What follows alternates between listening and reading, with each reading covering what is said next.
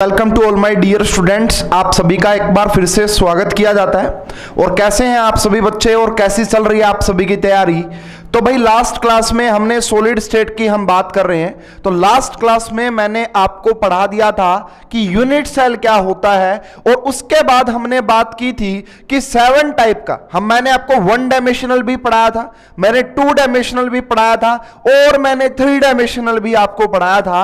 और मैंने बताया था कि जो ये 3 डायमेंशनल है यहां पे 7 टाइप का क्रिस्टल सिस्टम पॉसिबल हो सकता है on the basis of their edge length and angle between them. ठीक है, उसके लिए मैंने आप सभी को एक ट्रिक भी बताई थी कि सीटी तो हरिओम बजाता था। अरे याद है ना सभी को, भूल तो नहीं गए। आज पहले करेंगे कुछ क्वेश्चन, उसके बाद करेंगे हमारे टॉपिक की शुरुआत। और ये जो वीडियो स्पेशली कंपटीशन वाले बच्चों के लिए बहुत ही ज्यादा हेल्पफुल होगी। सिलेबस वाले बच्चे देखें जरूर, जो भी लगेगी ये क्वेश्चन हमारे काम के नहीं मैं बता दूंगा वो स्किप भी कर सकते हैं। हालांकि केमिस्ट्री सीखनी चाहिए, आप सिलेबस के हैं, कल को आपको देना तो एंट्रेंस ही पड़ेगा ना कहीं पे जाने के लिए। ठीक है भाई, समझ में आ गई बात। चलिए भाई टॉपिक की शुरुआत करते हैं। तो सबसे पहले हम क्वेश्चन डिस्कस करेंगे क्योंकि मैंने आपको पढ़ाया था क्रिस्टलाइन सॉलिड के बारे में। ठीक है, फिर मैंने आपको पढ़ाया था टाइप्स ऑफ क्रिस्टलाइन सॉलिड, उसमें मैंने आपको पढ़ा दिए थे 4। ठीक है, तो एक क्वेश्चन डिस्कस करते हैं। पहले तो ये हमारी सॉलिड स्टेट की क्लास नंबर 3 है। ठीक है, इससे पहले मैं 2 क्लासेस ले चुका हूं, अगर आपने वो अभी तक नहीं देखी है तो जाके देख लीजिएगा, वो काफी इंपॉर्टेंट है। बेसिक से एक रेगुलर वे में अगर आप क्लासेस देखोगे तो सब कुछ समझ में आएगा बहुत ही अच्छे तरीके से। तो आ जाओ भाई, सबसे पहला क्वेश्चन ये है और ये क्वेश्चन मैं आपको करवा चुका हूं, कंसेप्ट समझा चुका हूं, तो बिल्कुल आसानी से आपको समझ में आ जाएगा ये। तो क्या बोला गया भाई, आइए देखते हैं क्वेश्चन क्या कहता है। एमसीक्यू टाइप का क्वेश्चन है, जेई में आ सकता है ऐसा क्वेश्चन, नीट में आ सकता है। तो आपसे बोला गया है कि मैच द सॉलिड, यहां पे आपको ना कॉलम 1, कॉलम 2, कॉलम 3, यहां पे आपको कुछ जो है कंपाउंड गिवन है, सॉलिड फॉर्म में है, ये सॉलिड होते हैं। उसके बाद यहां पे बताने हैं कि इस कंपाउंड के अंदर कौन सा कॉन्स्टिट्यूएंट पार्टिकल है और इसके अंदर कौन सी बाइंडिंग फोर्स है ना, कि इनको इन एटम्स को कौन पकड़े हुए, कौन सी फोर्स ऑफ अट्रैक्शन है। ठीक है, चलो जी सबसे पहले बात करते हैं डायमंड की। अगर आपको याद हो तो मैंने पढ़ा था diamond is your network crystalline solid. Diamond में बड़ा नेटवर्क बन रहा था, है ना, याद है ना, मैंने स्ट्रक्चर भी दिखाई थी लास्ट क्लास में। तो भाई देखो, डायमंड की अगर बात करोगे तो इसका मतलब होता है एटम से। इसका मतलब किससे होता है, डायमंड का रिलेशन आएगा एटम से। और जहां पे एटम आ जाएंगे, आप सभी को पता है कि डायमंड का मतलब कार्बन से बना हुआ है और कार्बन नॉन मेटल के बीच में कोवलेंट बॉन्ड की पॉसिबिलिटी होती है। तो इसका मतलब यहां पे आ जाएगा ये वाला जी। देखो ध्यान से सभी बच्चे, डायमंड है तो उसके अंदर कॉन्स्टिट्यूएंट पार्टिकल एटम्स रहे होंगे, और किसके एटम्स, स्पेशली कार्बन के एटम्स रहे होंगे, और कार्बन के एटम्स के बीच में कोवलेंट बॉन्डिंग रही होगी। तो यहां से मैं ये कह सकता हूं कि जो मेरा ए है उसका जो है ए मैच करेगा आपका क्या उससे, और साथ में वो आएगा 4th। तो ऐसा ऑप्शन ढूंढ लो भाई इसमें, ऐसा ऑप्शन ढूंढ लो भाई इसमें। तो भाई इसको ये यहां से हटेगा ही नहीं, क्या हट गया भाई, हट गया। ठीक है, तो देखो ए का क्या है भाई और 4th है। लगभग सारे ऑप्शन में यही गिवन है, सारे ऑप्शन में ये गिवन है, तो इससे हम इस क्वेश्चन का आंसर नहीं निकाल सकते। नेक्स्ट आ जाओ जी, नेक्स्ट डिस्कस करते हैं, कोई बात नहीं।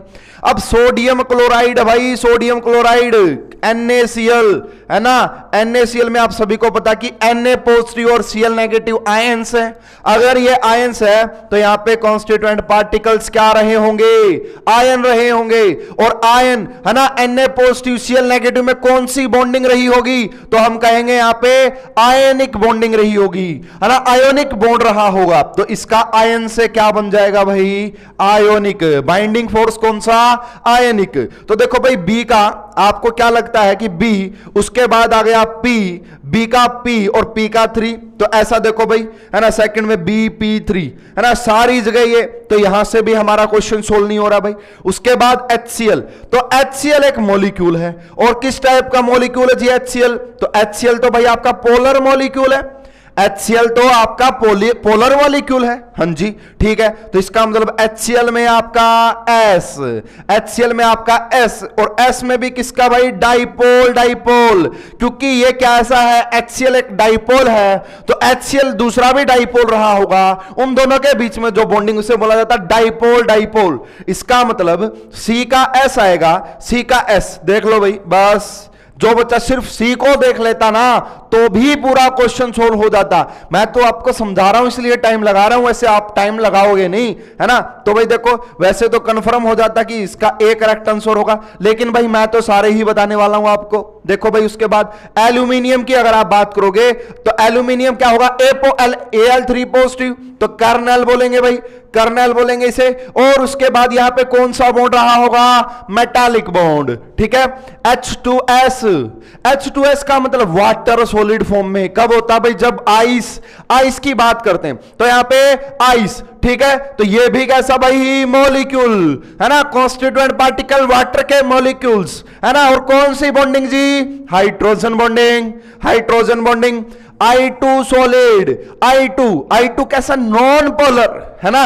I2 कैसा होता है भाई, I2 कैसा होता है, नॉन पोलर होता है, नॉन पोलर, ठीक है। आ रही है बात समझ में, तो I2 नॉन पोलर, ठीक है। तो I2 भी मॉलिक्यूल बन जाएगा।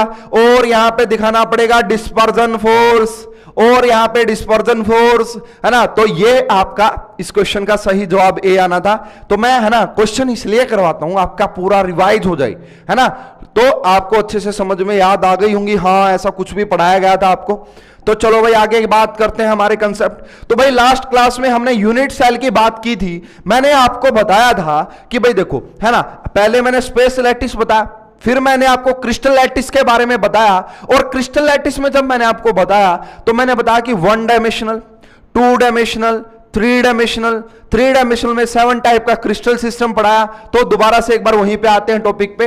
तो देखो भाई unit cell and crystal lattice की बात करेंगे। तो यूनिट सेल क्या थी भाई, यूनिट सेल की अगर बात करोगे तो ये आपका स्मॉलेस्ट स्ट्रक्चर होता है जो बार बार रिपीट होगा और एक पूरे क्रिस्टल लैटिस की फॉर्मेशन करेगा। तो यूनिट सेल आपका स्मॉलेस्ट रिपीटिंग यूनिट होती है ना। तो देखिए unit cell is the smallest structure unit of the crystal lattice which when repeated in different direction generate the entire crystal। Okay सभी को क्लियर, ये यूनिट सेल क्या होता है, a regular 3-dimensional arrangement of identical points in space is called crystal lattice। ठीक है, तो space में कोई रेगुलर अरेंजमेंट होना एटम्स का, है ना, कॉन्स्टिट्यूएंट पार्टिकल्स का, उसी को हम क्रिस्टल लैटिस बोलेंगे, है ना। जैसे कि भाई ये क्या है, ये एक आपको क्यूब नजर आ रहा है। अब इस क्यूब से हम एक पूरा बहुत बड़ा क्यूब बना सकते हैं, इस एक क्यूब से एक बहुत बड़ा क्यूब बन सकता है।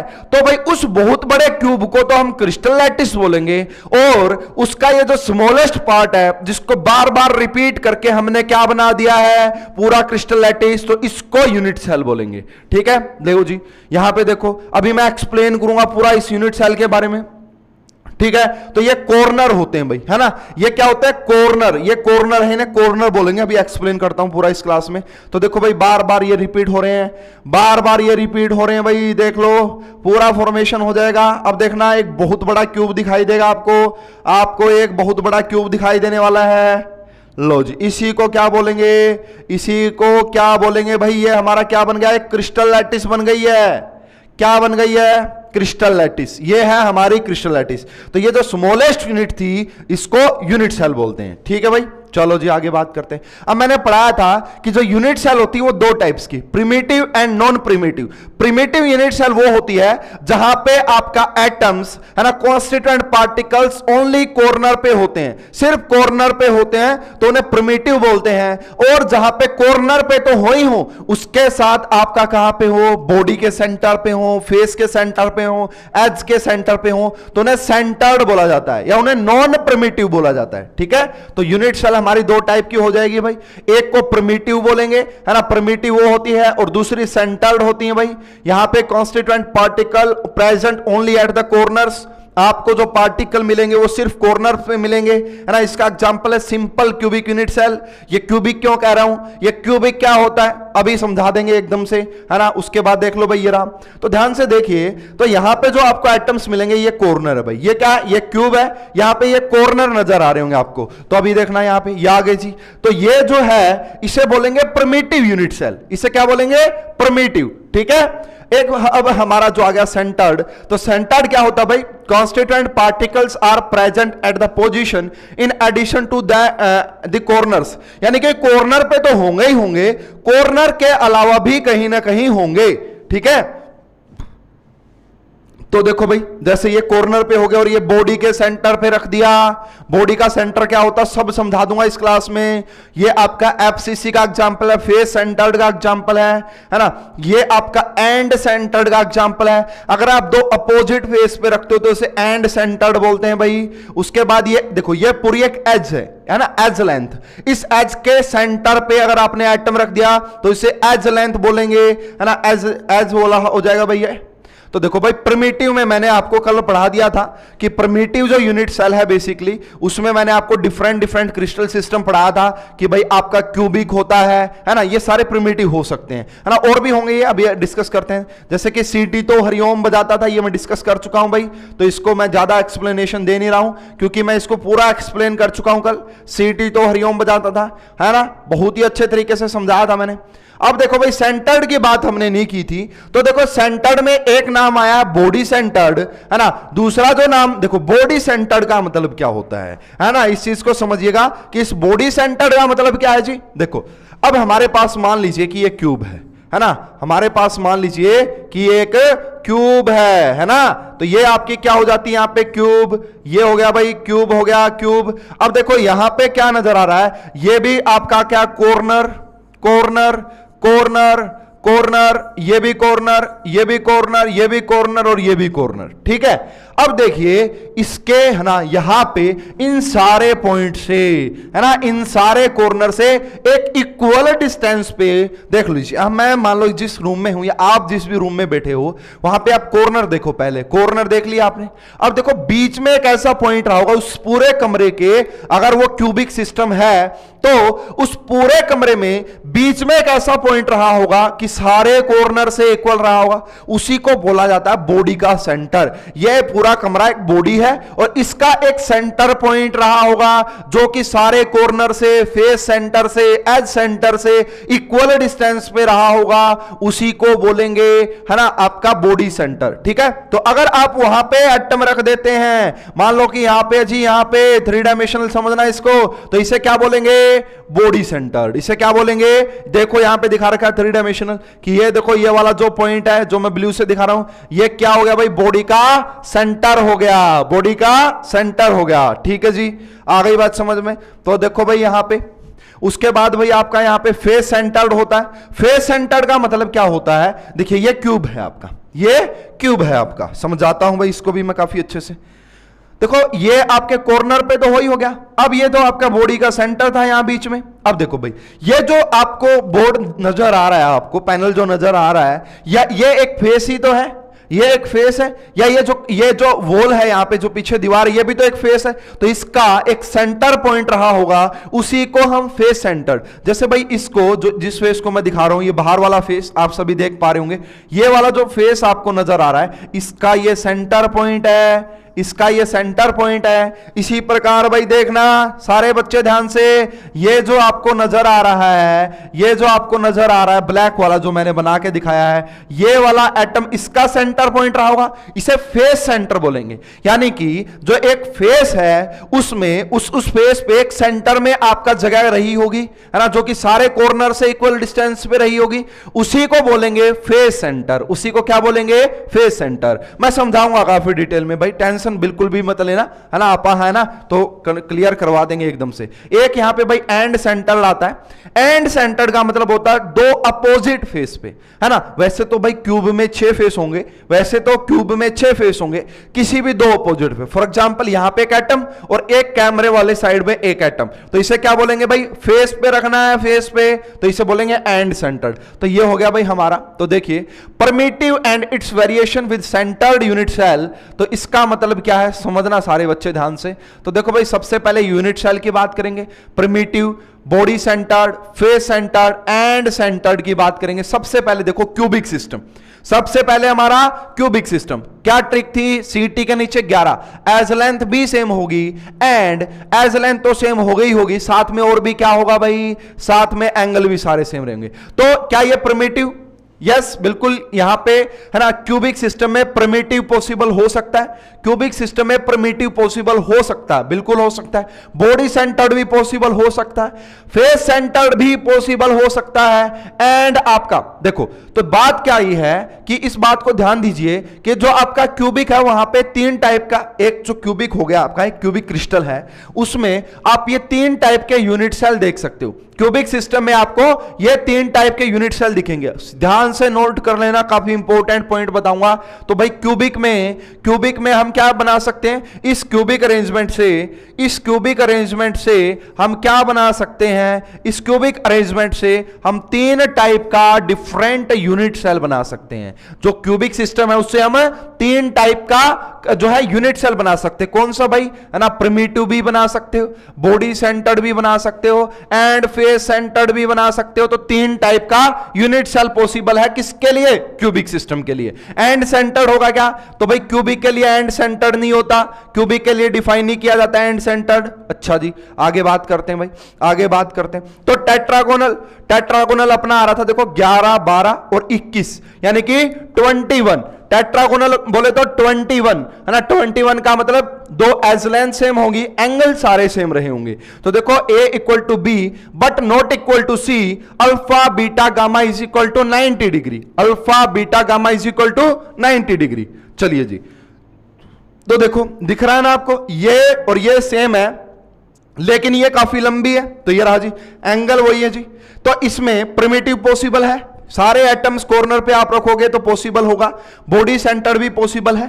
तो टेट्रागोनल में दो ही पॉसिबल है ना, क्यूबिक में तीन, टेट्रागोनल में सिर्फ दो। कौन कौन से पूछ सकता है ऐसा कि बताओ भाई टेट्रागोनल सिस्टम के लिए कितने टाइप की यूनिट सेल पॉसिबल है, तो आप कहोगे दो टाइप की। कौन सी, एक प्रिमिटिव को आप सिंपल भी बोल सकते हो, है ना, सिंपल भी बोल सकते हो। एंड दूसरी कौन सी भाई, दूसरी आपका बॉडी सेंटर्ड, बाकी पॉसिबल नहीं है। अब बात करते हैं ऑर्थोरोम्बिक के लिए। तो ऑर्थोरोम्बिक का ये है जी, ऑर्थोरोम्बिक के लिए आपका प्रिमिटिव पॉसिबल है, बॉडी सेंटर्ड भी है, फेस सेंटर्ड भी है एंड सेंटर्ड भी है।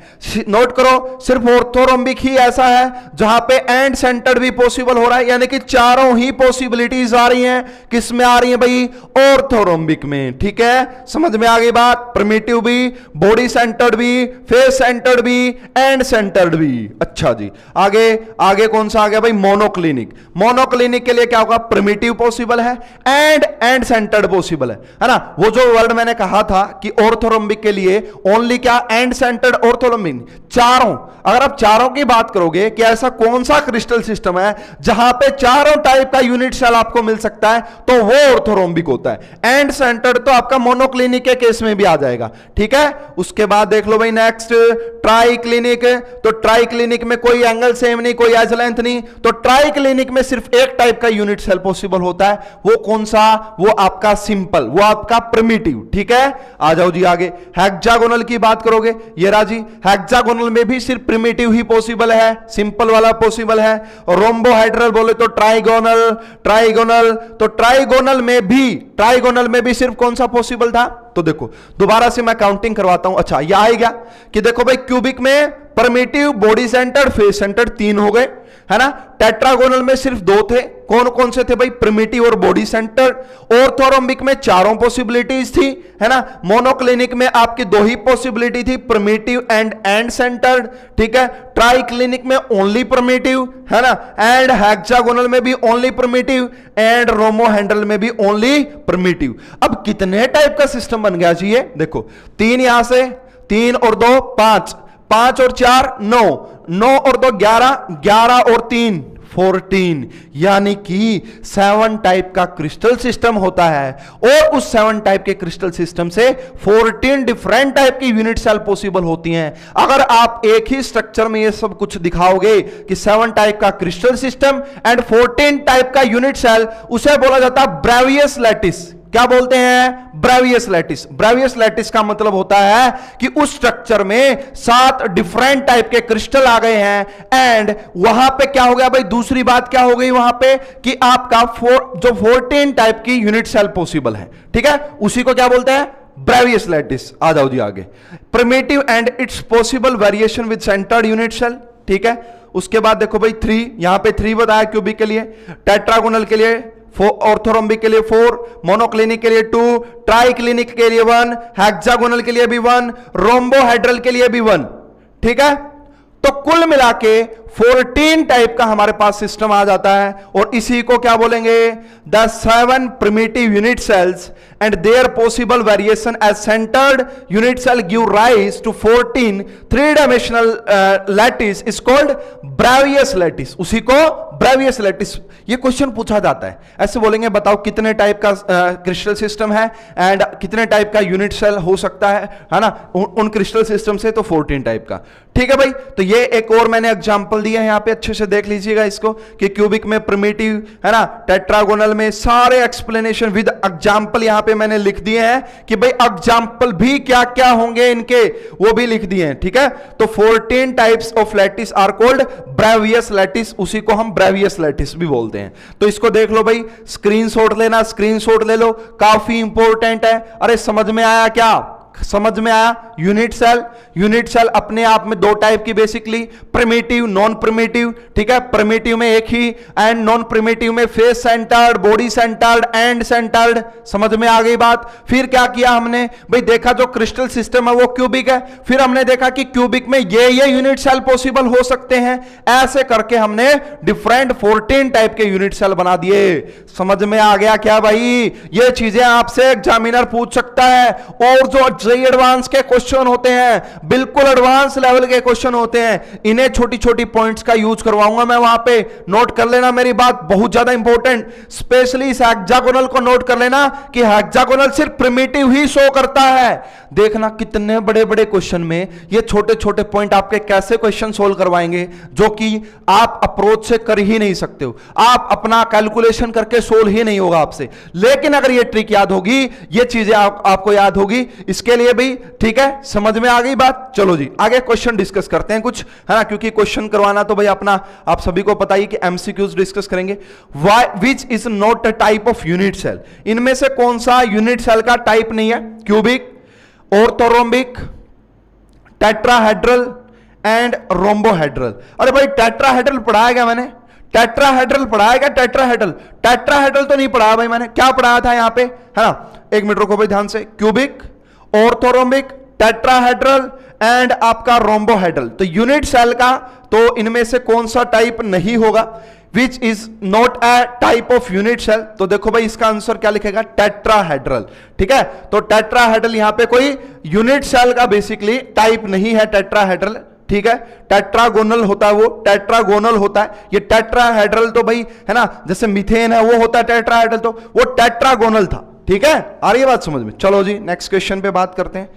Following is not an type of primitive unit cell. इनमें से कौन सा प्रिमिटिव यूनिट सेल का टाइप नहीं है? क्यूबिक है भाई, क्यूबिक तो, triclinic, hexagonal and none of these. तो अगर आप बात करोगे इसका आंसर देखो, एक minute, following is not a type of primitive unit cell. तो ये कोई प्रिमिटिव यूनिट सेल नहीं है, बेसिकली प्रिमिटिव यूनिट सेल नहीं है, ठीक है। जैसे क्यूबिक में आप बोलो सिंपल क्यूबिक यूनिट सेल है, वो आपका क्या है? वो प्रिमिटिव यूनिट सेल है। ये कोई यूनिट सेल बेसिकली इनको प्रिमिटिव नहीं बोल सकते, ठीक है। ये इसलिए हमें लिखा है यहां पे नन ऑफ दीज, ठीक है भाई। चलो जी आगे बात करते हैं। तो ये क्वेश्चन आपको बताना है, देखो यार बहुत ही आसान है, अपनी ट्रिक से चलोगे तो देखना, इसीलिए मैंने आपको ट्रिक समझाई भी थी। यहां पे आपको पता लगा कि 2 सेम है तो आपने लिखा 2, यहां पे आपको पता लगा कि यहां पे भी 2 एंगल सेम है तो आपने लिखा 22, है ना। आपने क्या लिखा? 22। तो आप क्या लिखोगे ट्रिक में? सी टी तो हरि, सी टी तो हरि ओम बजाता था, है ना। क्या लिखोगे? सीटी तो हरिओम बजाता था। अरे सीटी कौन बजाता था? हरिओम। फिर क्या लिखा था? 11, 12, 21, 22 और जैसे ही 22 हरि, हरि बोले तो हेक्सागोनल, हरि बोले तो हेक्सागोनल। तो क्या आंसर आएगा यहां से? अरे क्या आंसर आएगा? अच्छा भैया एक एग्जाम में ये भी पूछा है यहां पे कि ठीक है आप बता रहे हो कि ये दो सेम है, ये पूछेंगे कि जो तीसरा एंगल है ना बताओ कि वो आपका 90 डिग्री से कम होगा या 90 डिग्री से ज्यादा होगा। तो भाई वो जो हेक्सागोनल होता है उसमें जो एंगल है वो आपका 120 डिग्री का होता है, 90 से ज्यादा होता है हेक्सागोनल में। हेक्सागोनल काफी डिटेल में पढ़ाना आपको, ठीक है? तो क्या आंसर आ जाएगा भाई? हेक्सागोनल। मैंने पहले ही बता दिया इस क्वेश्चन का, है ना? ऐसे क्वेश्चन आते हैं एग्जाम में। तो क्यूबिक नहीं होगा भाई, टेट्रागोनल नहीं होगा, हेक्सागोनल बिल्कुल होगा। तो C is the correct answer for this question.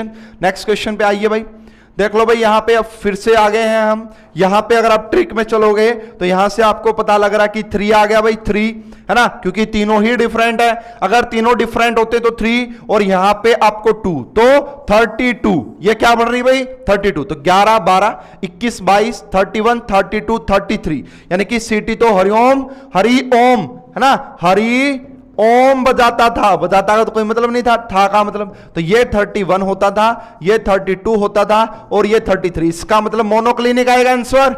अरे एम का मतलब मोनोक्लिनिक। अरे समझ में आ रही है क्या बात?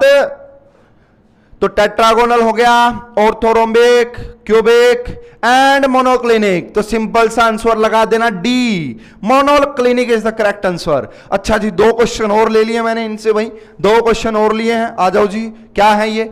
Which of the following correct axial distance and axial angle for the rhombohedral? अरे भाई रोम्बोहेड्रल को ही तो ट्राइगोनल बोलते हैं, ट्राइगोनल। और ट्राइगोनल के लिए ट्रिक क्या थी? 11, 12, 12 वाला क्या था भाई? ट्राइगोनल। इसका मतलब तीनों एज लेंथ सेम होगी, तीनों एज लेंथ सेम यहां पे है, इसमें नहीं है। तो सी को हटा दो, डी को भी हटा दो एंड बी को भी हटा दो, और 2 एंगल सेम होंगे। कौन से जी? Alpha is equal to beta, alpha is equal to beta but not equal to gamma. तो इस क्वेश्चन का करेक्ट आंसर क्या आएगा? ए। इस क्वेश्चन का करेक्ट आंसर क्या आएगा? ए। उसके बाद देखो भाई हमारे पास एक यूनिट सेल है जिसके डायमेंशन ये गिवन है, तो बताओ ये कौन सा है? अरे भाई तीनों ही इक्वल नहीं है तो 3, यहां पे भी तीनों ही इक्वल नहीं है तो 3, तो 3 3 बोले तो था, सीटी तो हरिओम बजाता था का बोले तो ट्राई क्लिनिक, था का बोले तो ट्राई क्लिनिक। इसलिए इस क्वेश्चन का सही जवाब आ जाएगा बी। सही आंसर क्या होगा इस क्वेश्चन का?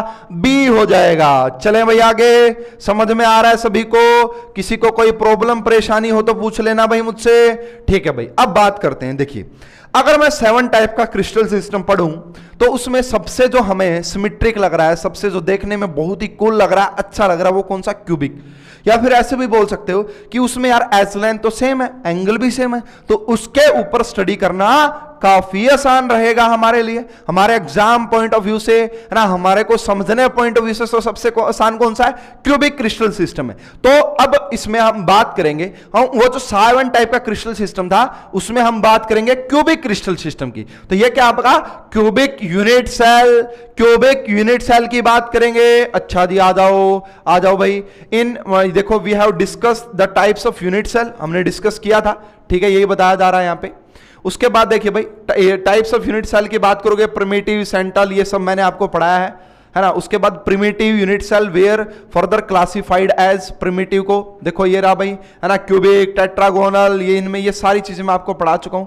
तो cubic unit cell of 3 types मैंने पढ़ाया था। कौन कौन सा पढ़ाया था भाई? आपका primitive, body centred, face centred, 3 type से पढ़ाया था, अगर आपको याद हो तो देख लो जी, ये रहा, है ना, यहां पे इन्हीं का डिस्कशन करना आप डिटेल में। तो सिंपल क्यूबिक यूनिट सेल की बात करते हैं, तो देख लीजिए भाई दोबारा से। तो अब हम यहां पे बात करने जा रहे हैं सिंपल क्यूबिक यूनिट सेल की।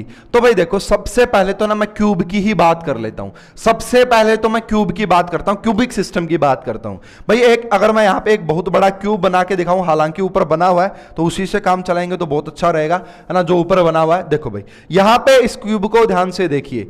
तो पहली बात तो मुझे यह बताइए कि जो क्यूबिक सिस्टम है वहां पे कितने कॉर्नर होते हैं? तो आप कहोगे क्यूब में नंबर ऑफ कॉर्नर, है ना, सबसे पहले आपने बताना है नंबर ऑफ कॉर्नर कितने, तो आप कहोगे 8, है ना। एक क्यूब में 8 कॉर्नर होते हैं, ठीक है, एक क्यूब में 8 कॉर्नर होते हैं। तो देखो भाई एक ये रहा, है ना, एक ये रहा, 3 4 5 6 7 8, है ना, 8 क्या है हमारे पास? 8 हमारे पास कॉर्नर है एक क्यूब में, ठीक है। उसके बाद बताइए भाई नंबर ऑफ फेसेस, ठीक है। उसके बाद आपको क्या बताना है, नंबर ऑफ फेसेस। बताओ कि कितने फेस हैं क्यूब के। तो देखो भाई, एक ये वाला जी, ये देखो बाहर वाला, ये बिल्कुल एक फेस ये हो गया जी एक। उसके बाद देख लो भाई, है ना, एक फेस ये वाला हो गया दूसरा, एक ये नीचे वाला हो गया, है ना, एक ऊपर वाला हो गया, एक ये बाहर वाला हो गया। तो कुल मिला के क्यूब में 6 फेस होते हैं। कैसे, देखो भाई, एक ये पीछे वाला, एक इसके सामने वाला, 2 हो गए, एक ये वाला, एक ये वाला, 4 हो गए, एक नीचे वाला और एक ऊपर वाला। तो एक क्यूब में कितने फेस होते हैं भाई, 6। ठीक है, समझ में आ रही है बात, ठीक है जी। तो नंबर ऑफ कॉर्नर समझ में आते हैं, ये समझ में आते हैं। अब बात करते हैं भाई यहां पे एक वर्ड की, फेस डायगोनल। किसकी बात करते हैं यहां पे, फेस डायगोनल की बात करते हैं। ये फेस डायगोनल क्या होता है भाई, देखना सारे बच्चे कि ये फेस डायगोनल क्या होता है। देखो जी, आ जाओ जी यहां पे। देखो मैंने एक फेस को लिया, मैंने इस वाले फेस को पकड़ लिया भाई, इसको यहां से, ये रहा जी, ये रहा, ये रहा।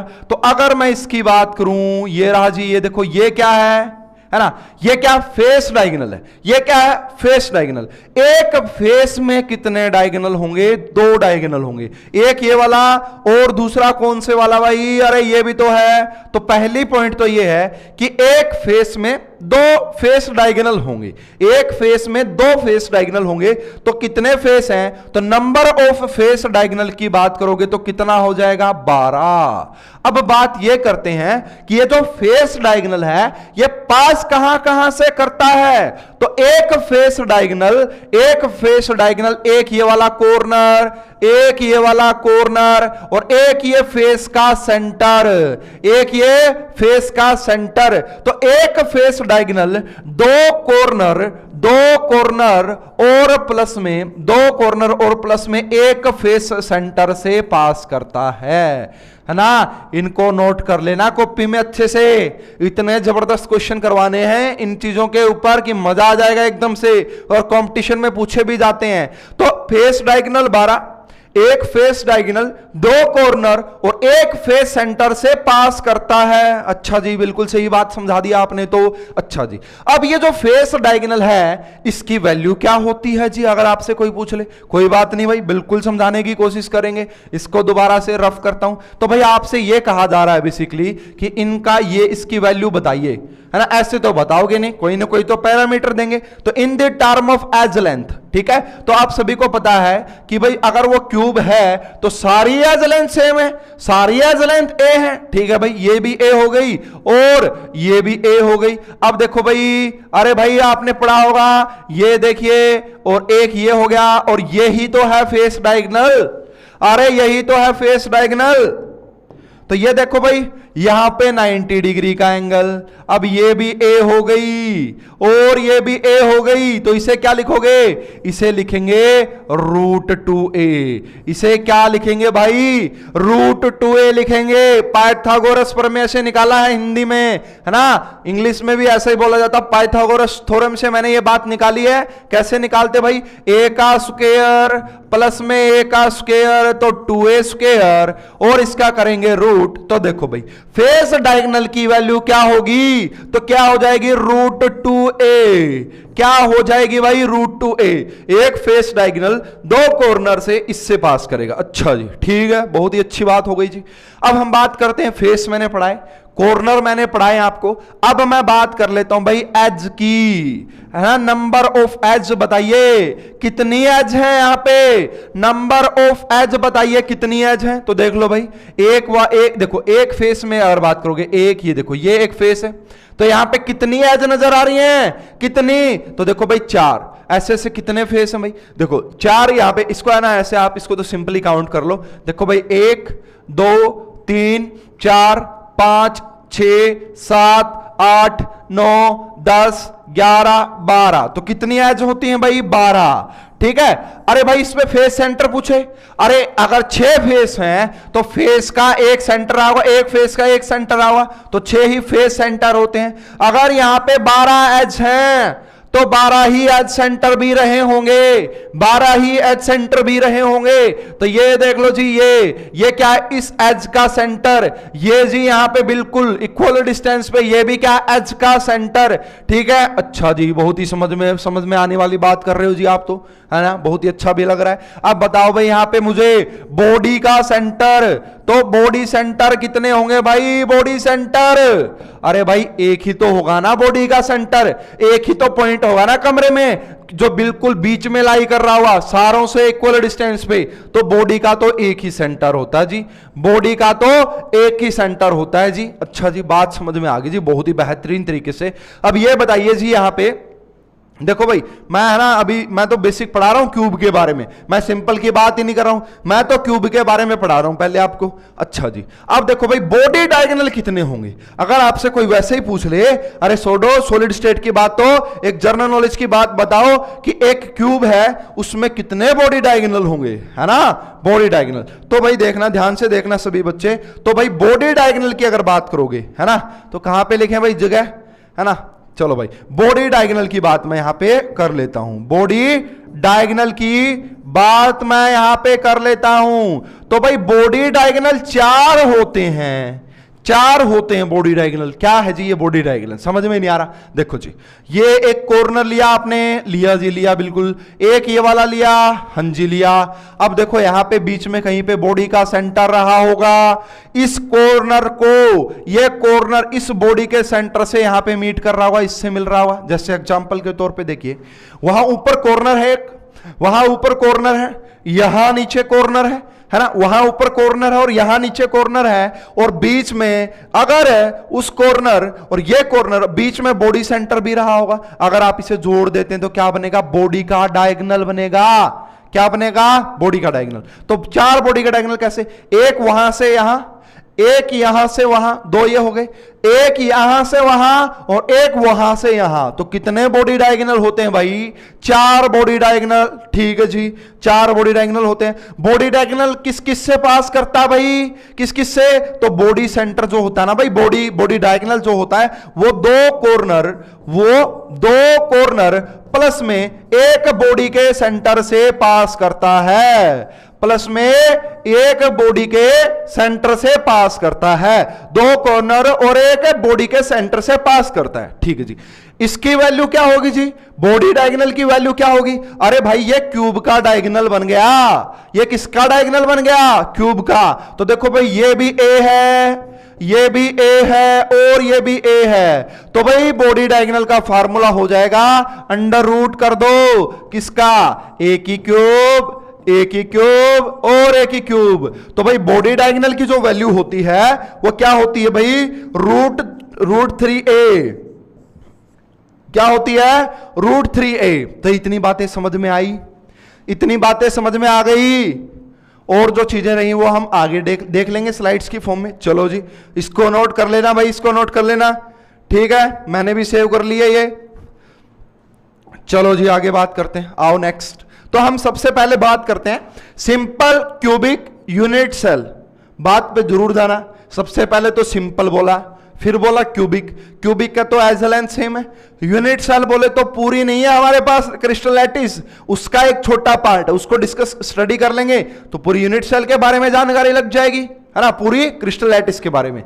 अच्छा जी, तो देखो भाई यहां पे इसको क्या बोलते हैं, लैटिस पॉइंट बोलते हैं भाई, इसको क्या बोलते हैं, लैटिस पॉइंट बोलते हैं। तो 8 लैटिस पॉइंट होते हैं, है ना।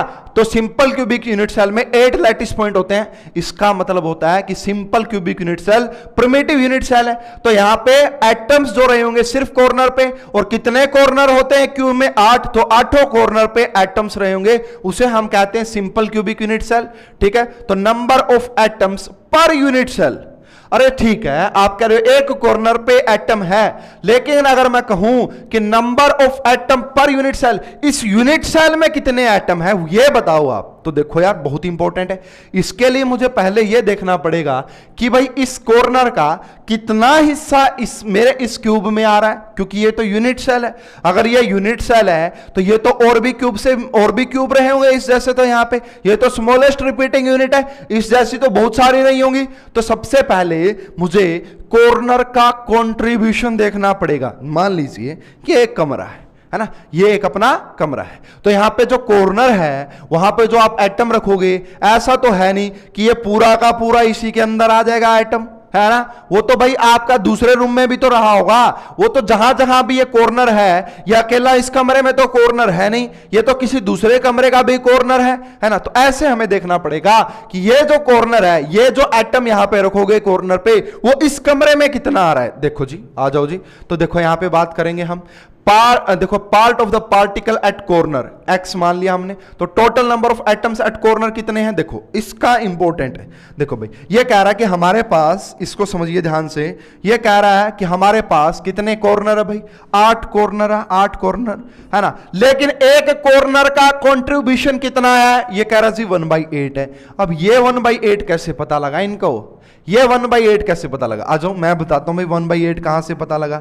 तो 1/8 ही होता है, जो कॉर्नर पे अगर आप एटम रखोगे तो उसका 8वां हिस्सा उस रूम में, उस क्यूब में आता है। क्यों आता है जी, देखो इसका रीजन ये है कि ये वाला जो एटम्स है ना, ये ऐसी 7 और यूनिट सेल में जुड़ा हुआ है। ये आपका ऐसी 7 और यूनिट सेल में जुड़ा हुआ है। यहां पे एक इसके साथ में यूनिट सेल रही होगी, इसमें भी आ रहा है। इसके बाद देखना, इसके पीछे भी एक ऐसे यूनिट सेल रही होगी, इसके पीछे भी एक ऐसी यूनिट सेल, तो 4 तो ऐसे ही होगी और 4 ऊपर रही होंगी, है ना। मैं दिखा देता हूं भाई, हमने जो बात की थी पीछे, हमने जो बात की थी वहां पे मैं दिखा देता हूं इसको अच्छे से। मे भी यहां पे भी आ जाए, हाँ ये आ गया जी। देखो देखो ये आ गया। तो देखो each corner atom is shared by 8 unit cell atom, therefore contribution become 1/8। तो देखो ये आपको यहां पे दिख रहा है। अब देखो भाई यहां पे एक और यूनिट सेल है, यहां पे एक और यूनिट सेल है, तो ये इसमें भी आ रहा होगा। उसके बाद देखो एक पीछे, ये देखो पीछे है, ये जो है ना, देखो बैक करता हूं मैं, इसको बैक करता हूं। देखो ये यहां पे, इसके पीछे यहां पे ये आ गया जी। फिर इसके भी पीछे, ब्लू के पीछे आएगी एक, वो आ गई थी ब्लू के पीछे। तो 4 तो ये प्लेन में यहां पे होगी नीचे। अब इनके ऊपर रख दो भाई एक एक, ये रख दिया जी यहां पे, तो इसमें भी आ रहा है ये कॉर्नर वाला एटम, इसमें, इससे पीछे वाले में भी आ रहा है ये वाला, इसमें भी आ रहा है ये वाला, और इसमें भी आ रहा है ये वाला। तो ये वाला भाई कॉर्नर, ये वाला जो कॉर्नर है ना, ये वाला जो एटम है ना, मान लो हम तो पहले वाली यूनिट सेल की बात कर रहे थे, हम तो इस यूनिट सेल की बात कर रहे हैं ना, एक यूनिट सेल की।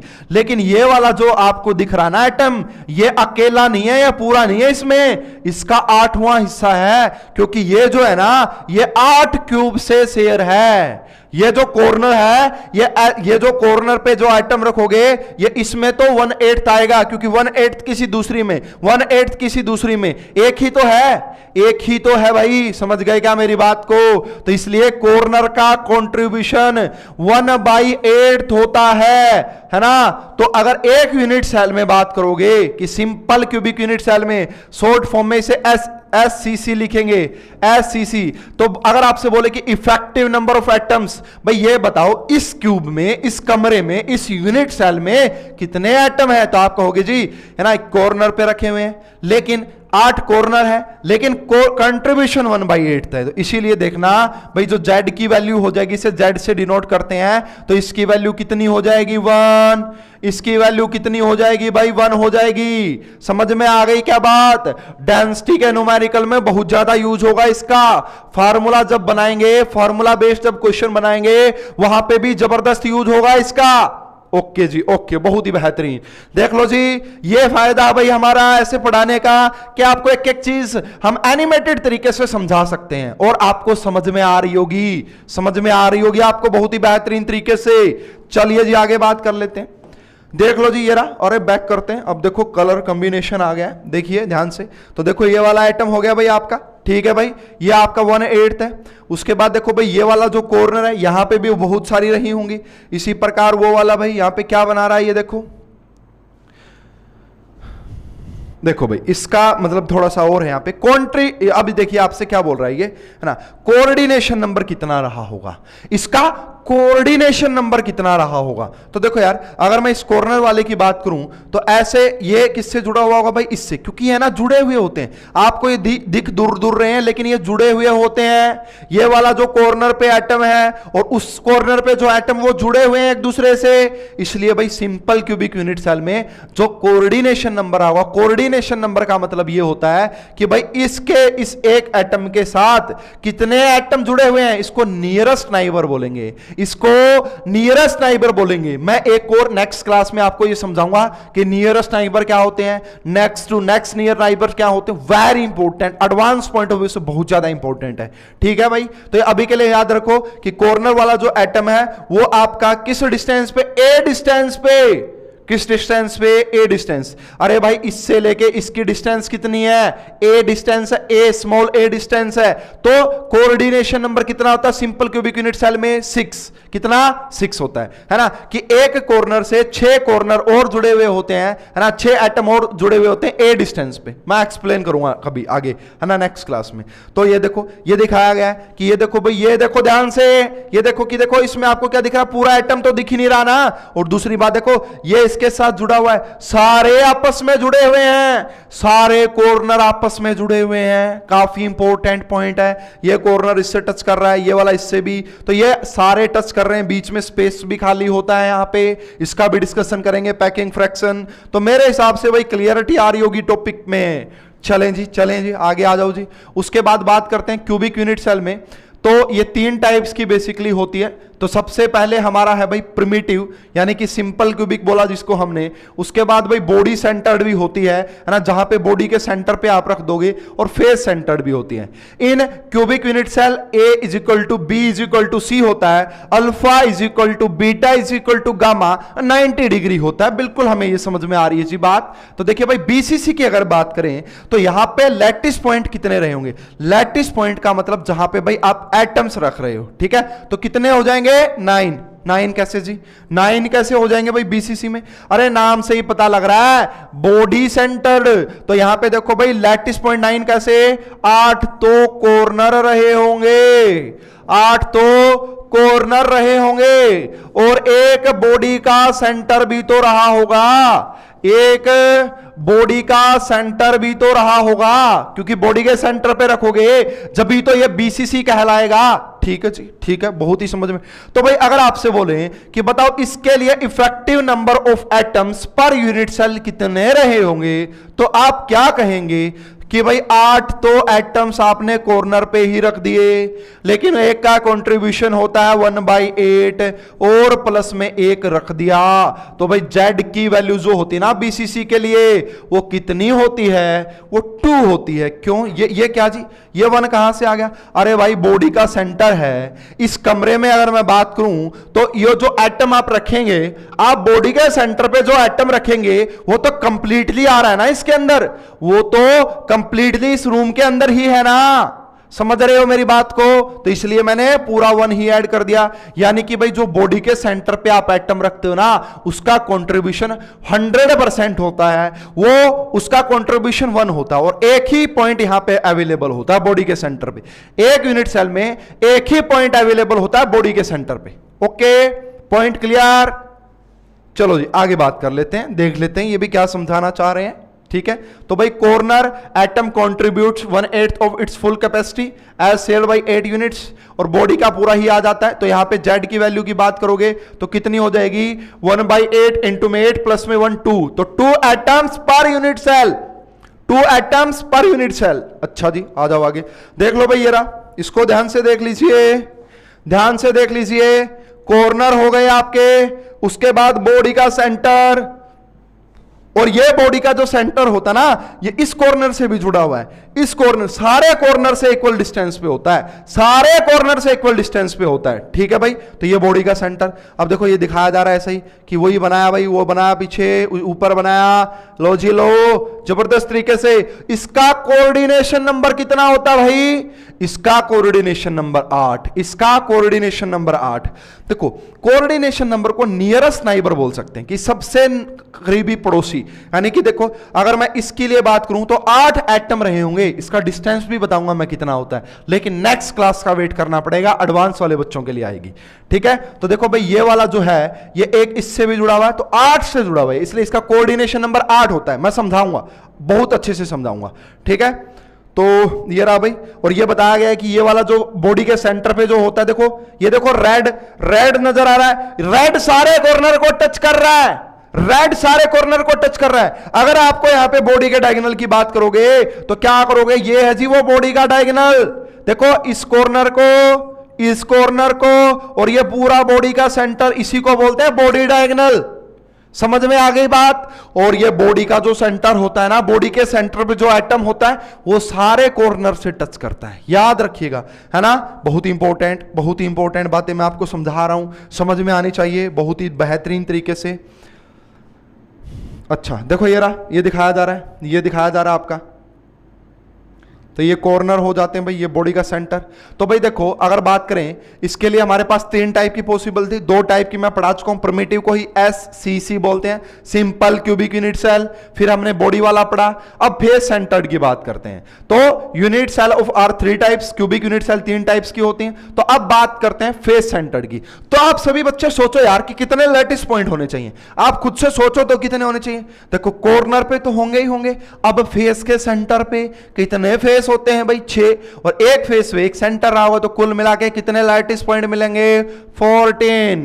कितने भाई, लिखा नहीं, 14, कितने, 14। अच्छा जी, कैसे जी, कैसे कैसे, देखो भाई कॉर्नर हो गए, ये इस फेस का सेंटर, ये इसका, ये इसका, ये इसका, ये इसका, ये इसका, तो कितने सेंटर हो गए भाई फेस के, 6 सेंटर फेस के और 8 कॉर्नर, तो टोटल लैटिस पॉइंट कितने होते हैं भाई, 14। कितने, 14। अच्छा जी, अब यहां पे बताइए effective number of atoms per unit cell. तो इसका आंसर लिखेंगे हम, इसका आंसर लिखेंगे, देखो भाई 8 कॉर्नर, कॉर्नर का कंट्रीब्यूशन 1/8, 8 कॉर्नर, कॉर्नर का कंट्रीब्यूशन 1/8, प्लस में 6 फेस सेंटर, और फेस सेंटर का जो कंट्रीब्यूशन होता है वो होता है जी 1/2। तो कुल मिला के अगर कोई मुझसे बोले कि एफसीसी के लिए, अगर कोई मुझसे बोले कि एफसीसी के लिए बताओ भाई effective number of atom per unit cell, तो मैं कहूंगा 4। क्यों,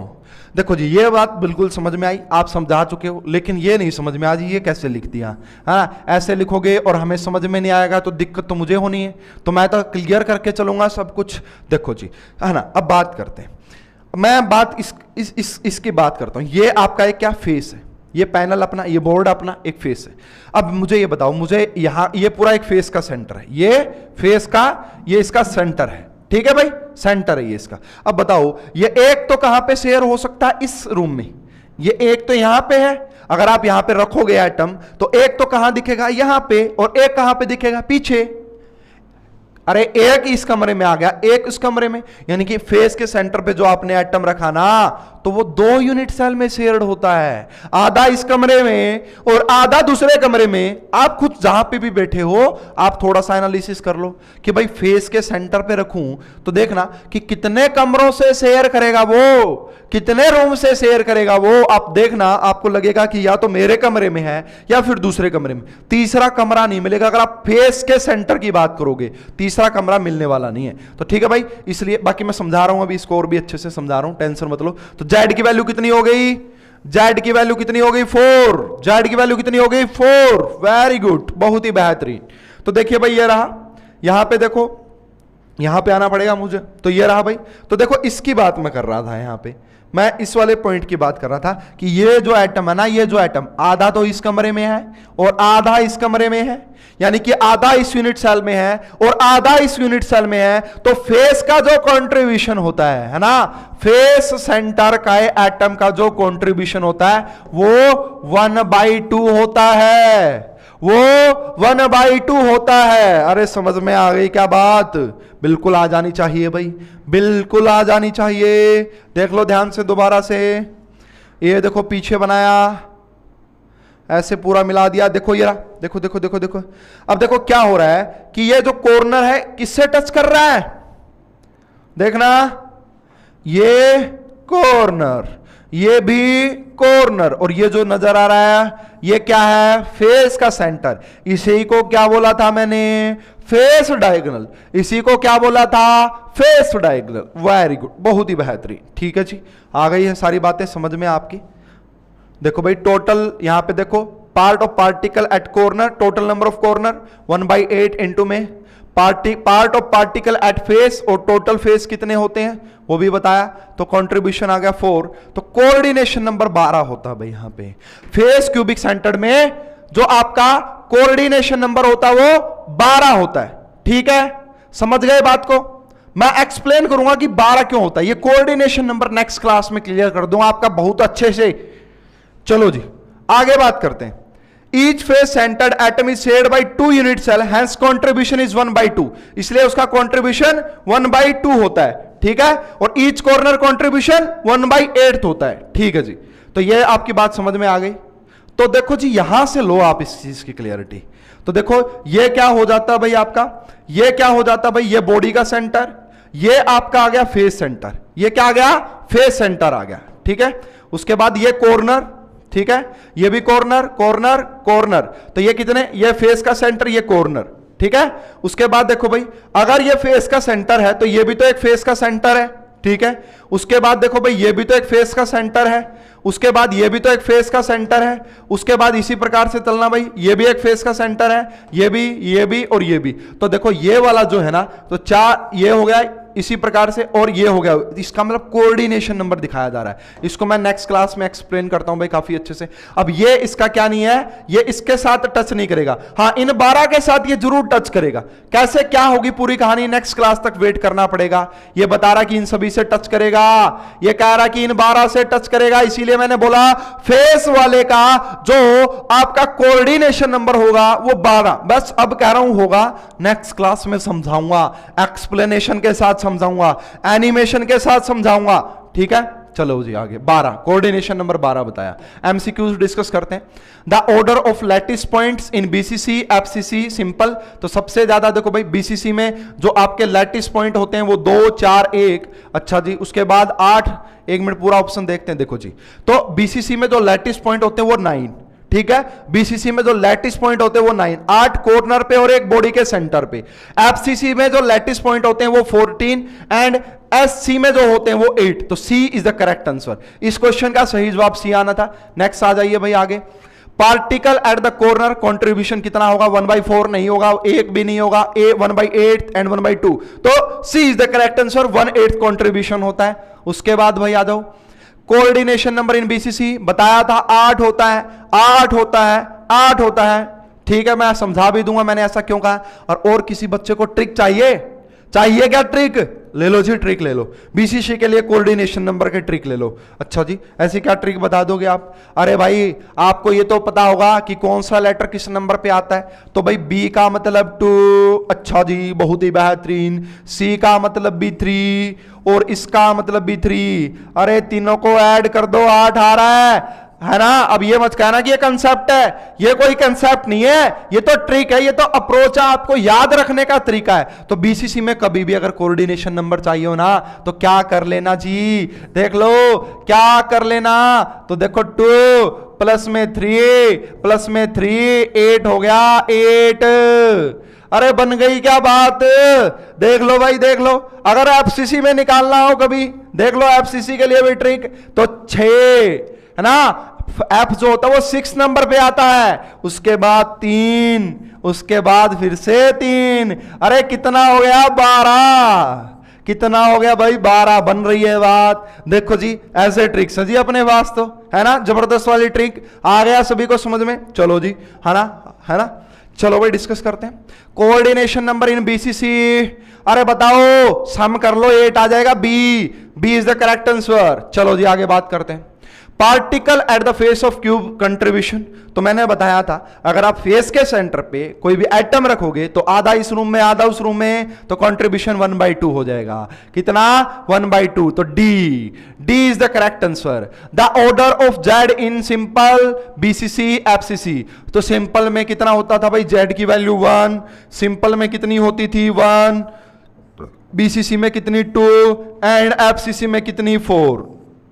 ठीक है भाई, 1 2 का 4, 4 2 का 1, ठीक है।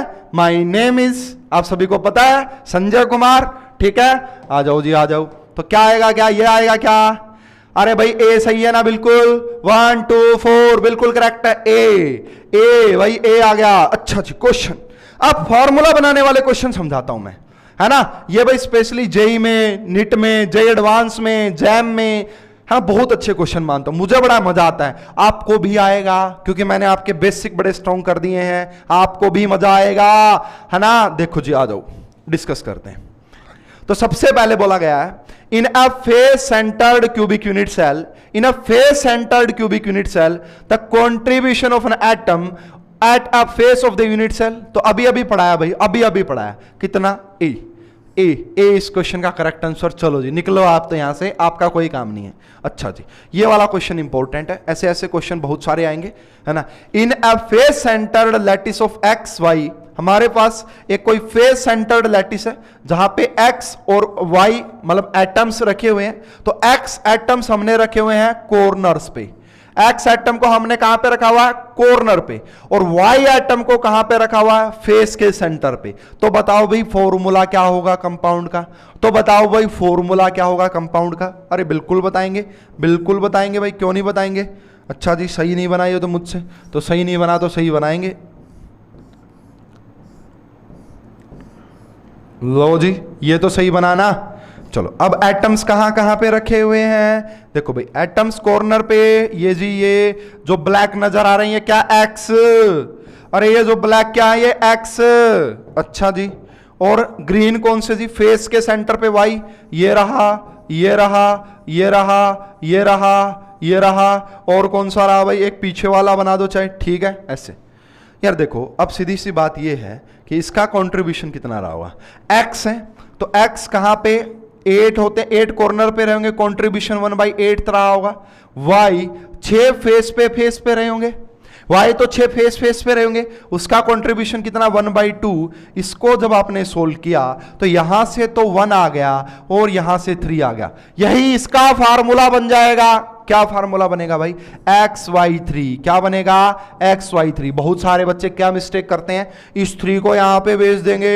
अरे कोई आयनिक कंपाउंड का फॉर्मूला थोड़ी नहीं बना रहे हो भाई, इसको यहां पे भेजने की कोई जरूरत नहीं है। तो क्या बनाओगे? अरे यही बताओ ना कि अगर जेड फेस के सेंटर पे तो टोटल कितने वाई मिलेंगे?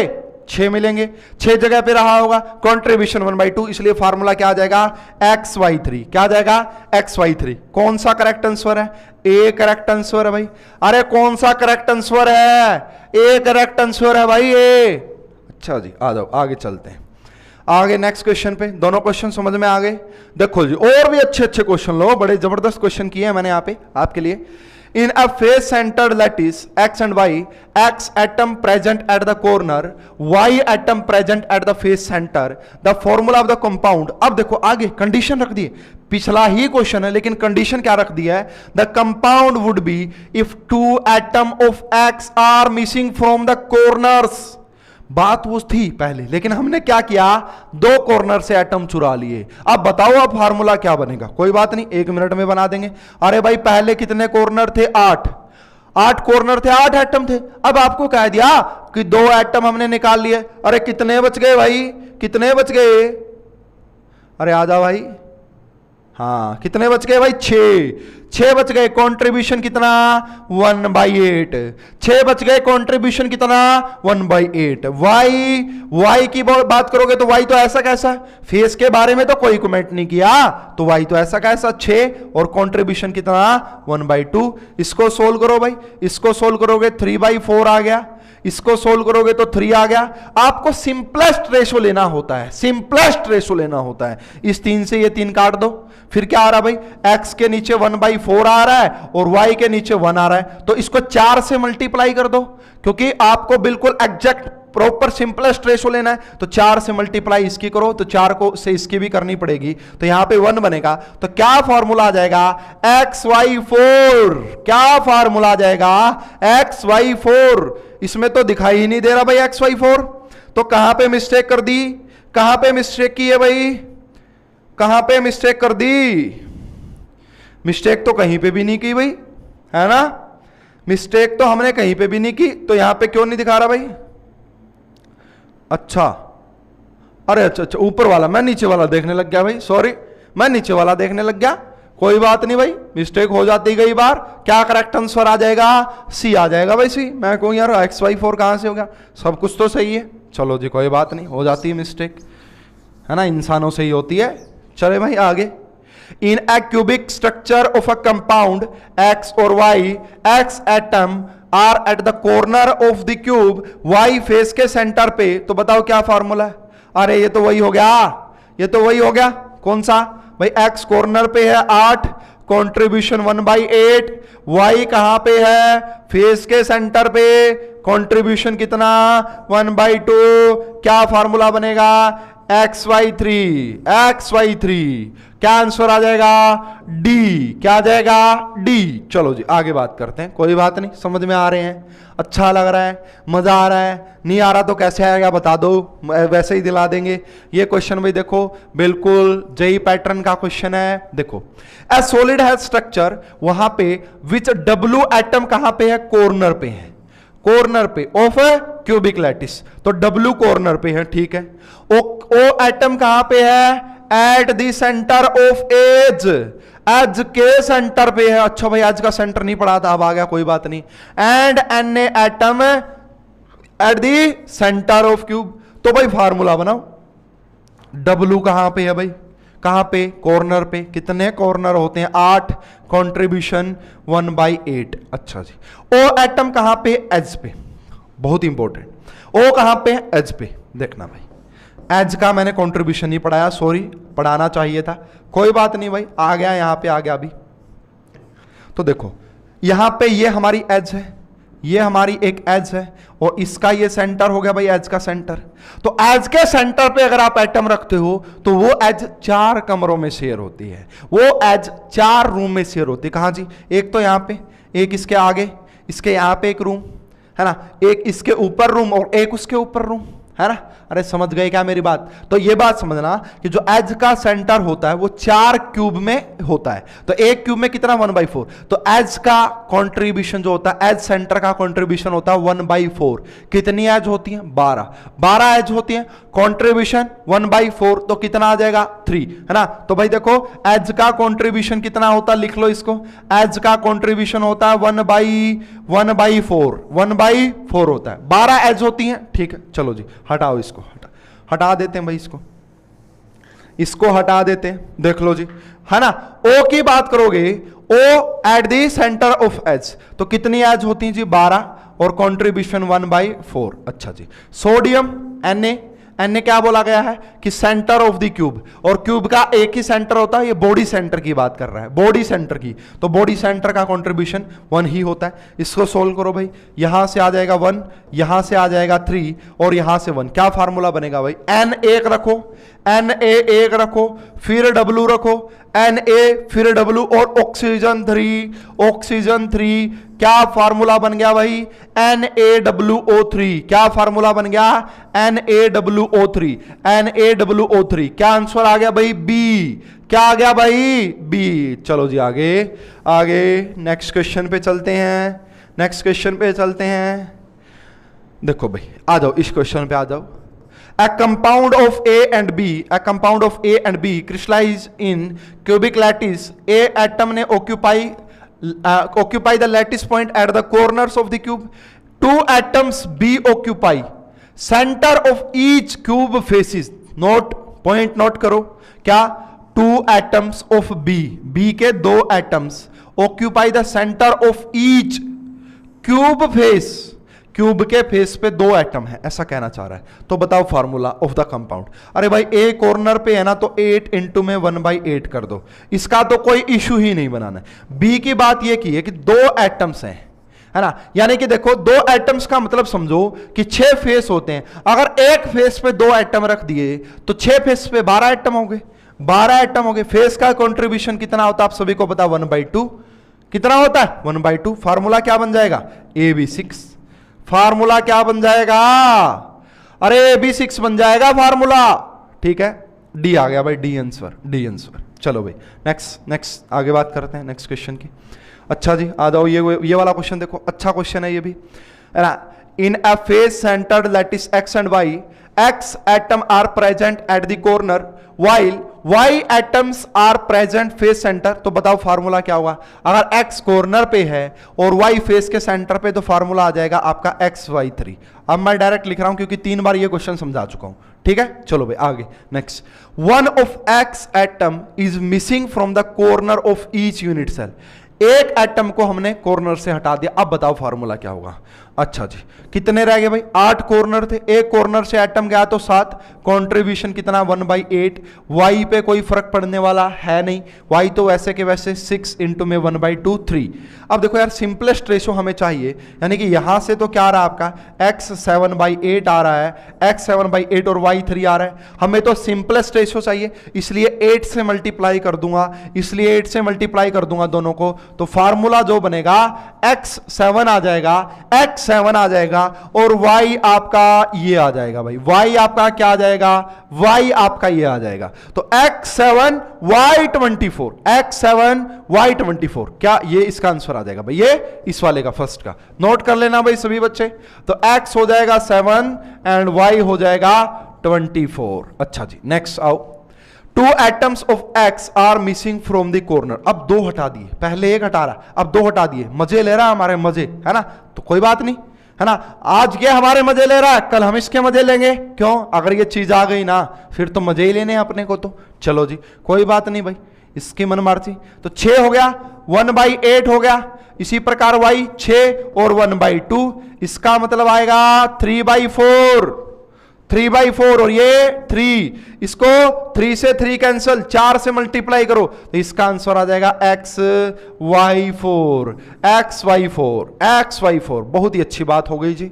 अब इन्होंने कहा तीसरे में, one of x atom from a corner is replaced by z। x के one of x atom from a corner is replaced by z। तो अब बताओ, और ये बोला गया कि जो z है ये मोनोवैलेंट ही है, यानी कि जैसा x है वैसा ही है। अरे बस अब कोई ज्यादा चेंज नहीं करने। तो भाई ये क्या हो गया भाई आपका? देखो यहां पे 7 बचेंगे, 1/8, y पे ऊपर कोई फर्क नहीं पड़ने वाला, एंड z का क्या हो जाएगा? 1, और कंट्रीब्यूशन कितना हो जाएगा? 1/8। कंट्रीब्यूशन कितना हो जाएगा? 1/8। ठीक है भाई, सोल्व कर लोगे क्या इसको? 8 से मल्टीप्लाई कर दो, कितने से मल्टीप्लाई कर दो? 8 से मल्टीप्लाई कर दो, तो इसका जो आंसर आ जाएगा x7 आ जाएगा भाई, x7 आ जाएगा, y आपका 24 आ जाएगा और z आपका 8 आ जाएगा। z आपका कितना आ जाएगा? 8 आ जाएगा। अरे सही है ना ये? तो one of x atom from, ये आना चाहिए भाई इसका, ठीक है। इस तरीके से इसको आप देख लीजिएगा, बाकी एक बार कंफर्म कर लेंगे इसको। मे भी मुझे तो सही लग रहा है ये ऐसा ही होगा कि वन ऑफ x एटम को हमने रिप्लेस कर दिया है z से, तो बिल्कुल सही है। ठीक है भाई, चलो आगे नेक्स्ट क्वेश्चन की बात करते हैं। नेक्स्ट क्वेश्चन की बात करते हैं। लो जी, ये आपका प्रीवियस ईयर ही क्वेश्चन आया हुआ है, तो वही बात है, ए कॉर्नर पे है, बी फेस के सेंटर पे है। अब हमने क्या कर दिया? If one atom of B is missing from one of the face centred point, तब फार्मूला बताओ क्या है। अब हमने क्या किया कि फेस सेंटर्ड का एक पॉइंट हटा दिया है। तो देखो भाई, ए के ऊपर तो कोई फर्क नहीं पड़ेगा, 8 8। अब बी के ऊपर फर्क पड़ेगा क्योंकि बी है ना फेस के सेंटर पे, 6 फेस सेंटर होते थे। अब बोला है कि हमने क्या कि 1, यहां पे बोला गया कि 1 एटम हटा दिया है, तो 5 रह गए हैं। कंट्रीब्यूशन 1/2 होता है, ये तो 1 ही रहा होगा। इसकी मल्टीप्लाई किससे कर दो? 2 से मल्टीप्लाई कर दो। तो 2 से मल्टीप्लाई करोगे तो a 2 बन जाएगा और b 5 बन जाएगा, a 2 बन जाएगा और b 5 बन जाएगा। करेक्ट आंसर क्या आ जाएगा? 4th is the correct answer. Correct answer क्या आ जाएगा? 4th आ जाएगा। और भी एडवांस लेवल के क्वेश्चन करवाऊंगा मैं, टेंशन मत लेना। कभी सोचो ये हल्के हल्के क्वेश्चन क्यों करवा रहे हो जी, बढ़िया बढ़िया क्वेश्चन कराओ ना ये बच्चों वाले। अरे भाई मैं तो सभी को देख के चल रहा हूं, ठीक है। In a face centred cubic arrangement of A B, A आपका कहां पे है? कॉर्नर पे है। बी कहां पे? फेस के सेंटर पे। One of A atom missing from the corner of unit cell, तो बताओ। अरे भाई कॉर्नर से, ये क्वेश्चन मैं ऑलरेडी करवा चुका हूं, फिर भी दोबारा करवा देता हूं। एक अगर कॉर्नर से गया तो 7 बचे, कंट्रीब्यूशन 1/8, और बी का कितना आ जाएगा भाई? बी का तो 6 और 1/2। सिंपलेस्ट रेशो के लिए 8 से मल्टीप्लाई कर देंगे, फॉर ए आंसर आ जाएगा A7 and B24, A7 B24, C is the correct answer, C is the correct answer। चलो जी, बाकी का डिस्कशन करेंगे नेक्स्ट क्लास में। तो मैंने मेरी तरफ से काफ़ी अच्छी सी चीज़ें आपको समझाने की कोशिश की है विद दी एनिमेशन। आपको समझ में भी आ रहा होगा, आपको अच्छा लग रहा है। सारे क्वेश्चन सोल्व करवा रहा हूँ, एनसीईआरटी के भी, जेई के भी, नीट के भी सारे। अगर आप कोर्स ज्वाइन करना चाहते हैं, है ना, बहुत सारे बच्चों ने ज्वाइन कर लिया है ऑलरेडी और बहुत सारे ज्वाइन करना चाहते हैं, तो भाई फॉलो कीजिए पढ़ रहे ऑनलाइन क्लासेस पे। मेरा नाम है संजय कुमार, मैं पिछले 5 साल से पढ़ा रहा हूँ। इंट्रोडक्शन पहले होना चाहिए, लेकिन इंट्रोडक्शन से पहले कंटेंट होना चाहिए। आपको कंटेंट अच्छा लगेगा तो आप मुझे जानना चाहोगे, क्योंकि कंटेंट अच्छा लग रहा है तो मैं हूं एज मेरे कंटेंट की वजह से अच्छा होऊंगा या बुरा होऊंगा। तो आपको कैसा लग रहा है आप जरूर बताएं और आप ज्वाइन कर सकते हैं हमारी क्लासेस को। अभी के लिए इतना ही, आप सभी को बहुत बहुत धन्यवाद, थैंक यू।